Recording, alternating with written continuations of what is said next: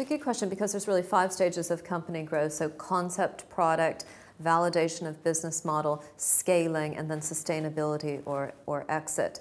And those stages will be different whether or not you're a semiconductor company or bioscience or consumer financial services or web or mobile web, depending on, they can have larger, longer timeframes and so forth. But those are the stages of company growth. You have to have an insight into a behavior. You have to build a product around that. A lot of companies will still kind of have technology and they'll try to sell the technology without having a product. And then you have to figure out, well, what's the tax? How do people pay for this? Do we delay that or do we actually start charging now? And then the biggest change in the venture capital world is that scaling is done on the back of corporate partnerships. So one of the ways I like to describe it is in 1999, every entrepreneur was out there wanting with his or her disruptive technology. David with his slingshot wanting to kill Goliath, to take on the establishment. Today that David has to cooperate and work in harmony with the establishment or Goliath. David and Goliath are working together. So that 4th layer of corporates that are going to help scale and give distribution to the startup entrepreneur, that's important not only because you don't have to pay for it, then you don't have to raise £10 million for marketing to go out and acquire 50 million customers, but it also de-risks the company significantly. Good entrepreneurs out there meeting investors all the time. He or she doesn't even really look at them as investors. He's just out there telling his story. She's out there talking about her vision and trying to attract people to the business that can help. And I think you always need to raise capital when you don't need it. And that needs to be the framework that your mind is at. I'm not a supplicant for cash. I'm telling my story. I'm inviting you on a journey. And it's really quite important. It's not just a line to say, oh, okay, fine, raise money when you don't need it. It's serious. If you go out there begging to raise money, people pick up on that. They're not interested in giving you money to fulfill your dream. They're interested in backing a market opportunity, an unmet need. And if you can communicate that with some charisma, some chutzpah, with a real compelling proposition, then people will say, yeah, no, of course, there's lots of reasons that it might not work out, but I kind of like what she's saying over there about what she's going after. And that might be interesting to try to help him or her achieve that vision. So that, you're trying to find somebody who can bring something to. Money is the ultimate commodity. It will simply flow to the places where it can get the best return. And I think many entrepreneurs get hung up with, worshiping money. What they need to find are people, entities, organizations, family offices, investment firms that can add something on top of money. And the best way is to have a dialogue with those investors as they're going from concept to product or product to business model. Talk about the challenges in a fairly open and honest way. You do need capital to get to the next level. Unless you have something where you're profitable on day one, it's difficult to do that if you're building a technology business. You might have a consulting arm to the business which is providing, cash flows and keeping it profitable. Or you might have just hit on a kind of jackpot space where you've got a very good salesperson and they're able to sell in a very early stage product into a customer, hold your ground, don't sell it at a discount, don't give it away for free on the first time, and you're able to sell from the beginning. But those are frankly few and far between. I do know Thunderhead, run by Glenn Manchester, I think was profitable very early on, and their first customer was Deutsche Bank. So you have examples where you have a very strong entrepreneur who's done it before, who knows how to sell a new product into an established customer, and they can do that without raising funding. Thunderhead didn't go for outside funding. But those are exceptional circumstances. But you do need capital to get to the next level. It's very, very hard to do that without any capital. And I think the biggest problem or challenge is undercapitalized firms. They don't become global leading firms. But nobody's going to give you a check for £25 million and say, okay, go out and build a market now.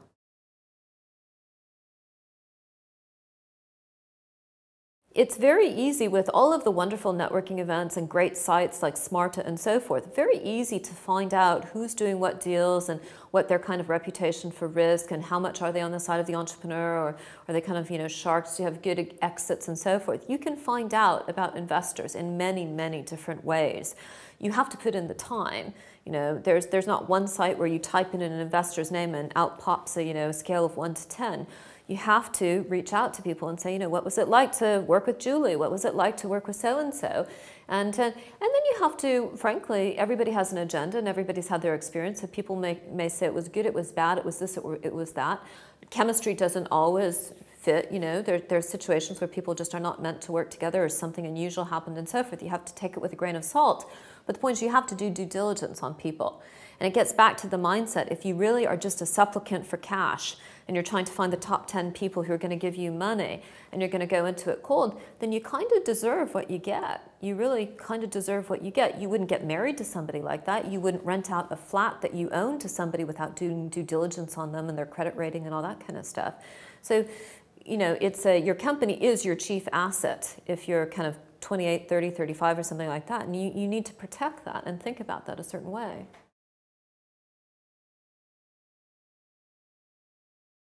In terms of what they need to have done, you know, to tell the story should not be a numbers-free zone. Okay, so a smart entrepreneur and a smart investor are going to be looking at how well that entrepreneur understands the assumptions, the financial assumptions which are driving the business, which could be everything from page views hitting the website to conversion to database or purchase or whatever. Every business has a different set of assumptions, of metrics. But if it's a number-free zone and it's kind of like I have a vision that people are going to do this and so forth, that's not going to be enough. So if that's not your kind of, you know, space that you feel comfortable in, you got to have a good, you know, finance person alongside of you because you need to track everything. You really have to be measuring all of the key milestones of how many people are coming to your site, what are they purchasing, how much time are they spending on, and you need to track that because you'll learn a lot about what you think people are buying from you and what they really, why they're interested or not, right? So I do think that good companies today are very analytical, they're very focused on measurement, and that's one of the things you have to do before you get in front of an investor is say, well, you know, what kind of questions would you want to know? If you're coming in cold to your business, what do you need to explain to them? Because there's all sorts of things that you will take for granted in terms of the way the business is set up that you need to help an investor unlock very, very quickly in terms of getting into the guts of the business. You need to do your due diligence on the investor. You need to have create a sense of expectation about what you expect. If they have contacts in certain stores or online with partners that you expect, what's the time frame that you expect them to deliver those?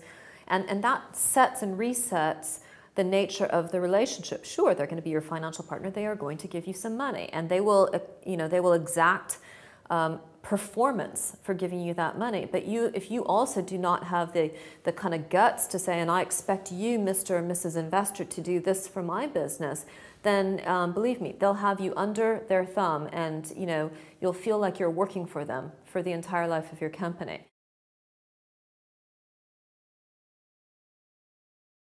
We see companies all the time that are raising 100, 200, 300,000 pounds, and that's kind of what they run on for about 18 months. Once you kind of really feel that you have the market in your hand and you're starting, the market's gripping you and there's starting to be some pull and you've created demand for your product or service, you've got, 100,000 people in your database and they're really using it, and you can say, okay, start to see the shape of the business. Then you might have the kind of wherewithal to say, we probably need to raise about £1 million here, right? And then you start to tap into a whole scene of kind of micro VCs, super angel groups, a whole very interesting and very new kind of landscape for investors, frankly, in the London market and equally across Europe, but primarily in the London market where it's really kind of thick and fast with these people. And there again, money will flow to the most interesting opportunities. So it's a question of what's this team done before? Have they worked together before? How well do they know their market? Are they just stuck on kind of telling you the good bits? Are they kind of offering up the challenges and what's not working yet? And I really believe it comes down to the quality of the conversation that you can have with your investors.